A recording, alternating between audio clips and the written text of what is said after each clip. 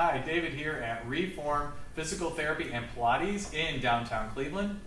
So last week we started talking about the lumbar region as well as lumbar disc pathology. And so we're kind of continuing it with that theme this week. And I just want to talk a little bit about how do I suspect when someone may have a lumbar disc problem. How does it look different than some of the other things that cause low back pain? So I would say the common presentation, not all the time, but a very common presentation that I see with my patients is that they feel better in standing and walking than they feel in sitting. Sitting is an increase in pain in their back, or it can cause increased symptoms into their leg, which is also a common issue with a disc bulge or disc herniation if a nerve is pinched or a nerve is involved.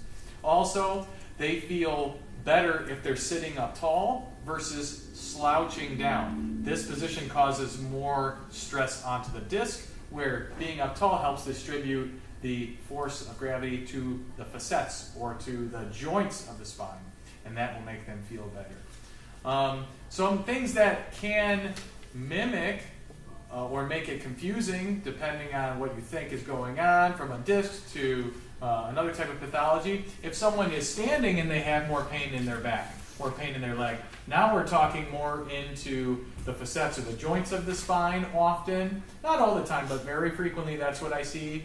Or something called stenosis, which means a narrowing of the areas where the nerves will come out in the spine. Either the central canal, which is a large hole where the spinal cord is, or the foramen, which is the area where the little nerve root comes out. People that have pain because of those structures seem to also have more pain with either sitting up tall or with standing and walking. The other thing I will see are trigger points or things, these little hyper-irritable spots in the muscles that will mimic pain down the leg that you would think could be a disc problem. Oftentimes, one of the most popular places is just pain into this side gluteal muscle called the gluteus minimus muscle. That one can, if it's irritated, create a faux type of sciatica or leg pain that oftentimes gets confused with a lumbar disc problem. So when I'm examining somebody, I will look for those things. Do they feel better in sitting or standing? Do they have more pain with bending, which is more discy, or arching, which might be more in the facets or with a stenotic patient? Or are they tender here in the side of their hip, and does that recreate the pain into their leg?